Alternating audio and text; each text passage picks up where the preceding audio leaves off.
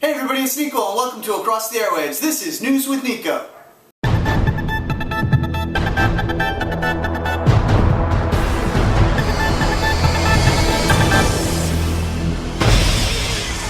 We got a great show for you today.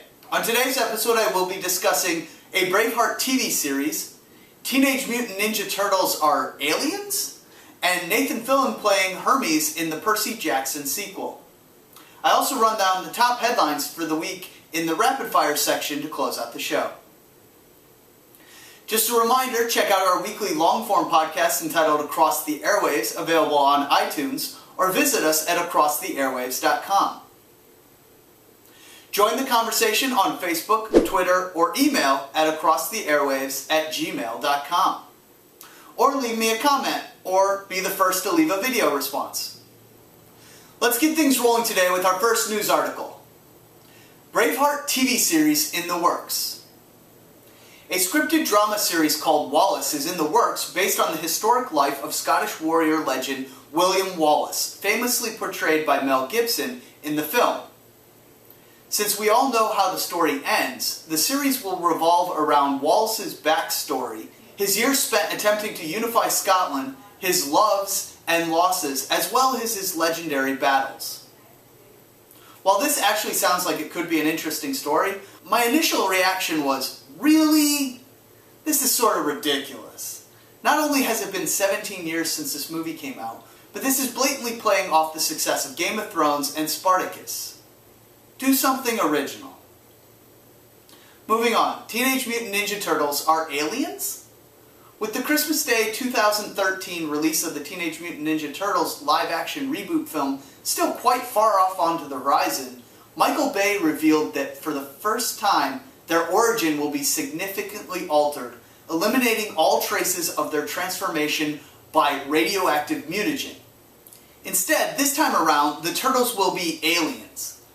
Bay said, "These turtles are from an alien race, and they are going to be tough, edgy, fun, and completely lovable."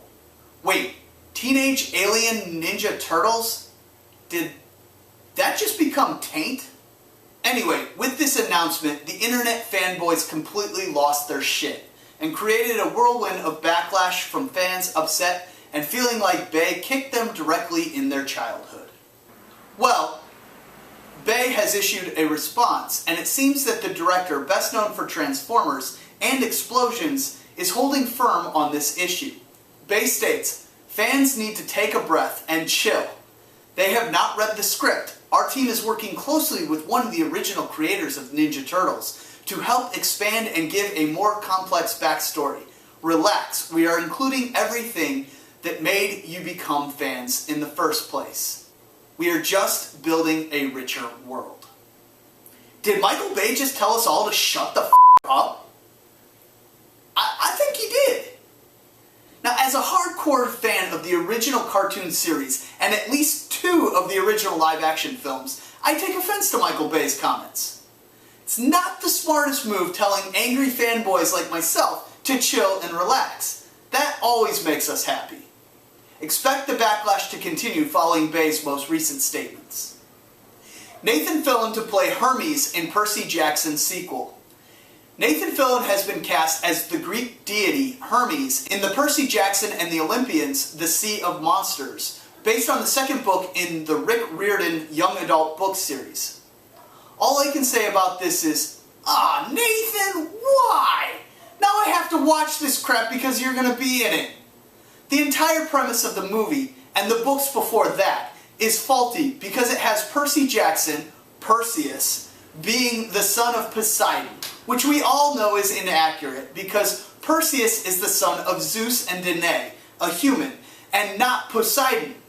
Rather, it was Poseidon that, at the request of Zeus, calmed the seas so they did not drown when they were cast into the ocean. Obviously. The later books in the series try to correct this mistake by claiming that Percy's mother named him after the original Perseus and that he is not actually the original Perseus because his is one of the few happy ending Greek mythological stories. But in reality, It is just that the author Rick Riordan made a huge mistake in the first book out of ignorance or incompetence and lazily tried to fix it with this story from the mother. Weak sauce, and the first movie was kind of lame. I had happily decided not to continue this series of films, but now that Nathan is in it, I have to watch this one. I do have to say though, congrats Nathan Fillion on landing another big film role. About time, in my opinion, you start getting some love from the movie industry. Moving on, we've come to the rapid fire section where I run down the top headlines of the week to keep you up to date on everything film and TV news. Felicia Day to hack into Supernatural. Geek worlds collide in an upcoming episode of Supernatural when my absolute favorite geek girl, Felicia Day, guest stars on the April 27th episode titled The Girl with the Dungeons & Dragons Tattoo. I love Felicia Day, and she is everything I'm looking for in a woman. She's beautiful, she's sexy, geeky, smart, and successful. Can't wait to see her on one of our favorite shows. Dark Shadows trailer debuts, and it's a little bit funky. My name is Barnabas Collins. 2 centuries ago, I made Collinwood my home. My love. Until a jealous witch cursed me, condemning me to the shadows. What have you done? For all time. He's coming. He's coming. Hear me, future dweller. What is the year? 1972. 1972. My beloved Collinwood. The Collins family. Who the hell is this? I'm a vampire, madam. Yeah.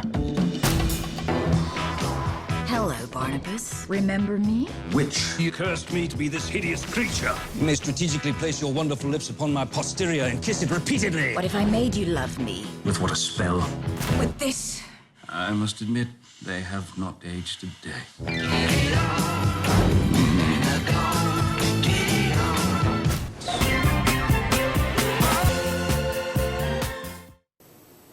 Director Tim Burton's update of the popular 1966 to 1971 gothic horror sci-fi genre hybrid soap opera, try saying that again, comes to life with his favorite repertory player, Johnny Depp, as the franchise's signature character, the escaped vampire from the 18th century, Barnabas Collins. Also, there's Ava Green as an evil witch with huge cleavage, so yeah, I'm intrigued. Link in the description. New Doctor Who companion unveiled. Little-known British soap star Jenna Louise Coleman lands the role of the Doctor's newest sidekick. Since we told you earlier that beautiful and much-loved Karen Gillan will be leaving the show at some point this season during the currently filming Series 7, it comes as no surprise that Moffat would be looking to cast the new companion. News came today that he had cast Jenna Louise Coleman to play a companion that can keep up with the Doctor. Moffat describes her character by saying, "It's not often the Doctor meets someone who can talk even faster than he does, but it's about to happen. Jenna is going to lead him his merriest dance yet." And that's all you're going to get for now. Who she's playing, how the Doctor meets her, and even where he finds her are all part of one of the biggest mysteries the Time Lord will ever encounter. Even by the Doctor's standards, this isn't your usual boy meets girl. Now, I'm sad to see Amy Pond and Rory Williams go. They have been 2 of my all-time favorite characters on Doctor Who. But as Karen said earlier this year, at least they are going out on a high. And I'm excited to see where this new character goes. I can hardly wait for Series 7 to start, but as of yet, no premiere date has been set. That's all the time we have for today. Thanks everybody for watching. Your question for today is, what do you think about Michael Bay making the Turtles aliens instead of mutants? Leave me a comment, tell me what you think. And for those of you who want to be my #1 buddy, leave me a video response.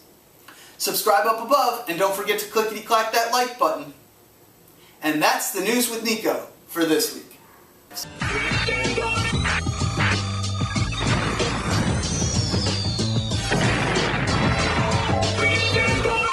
We now return to our regularly scheduled program.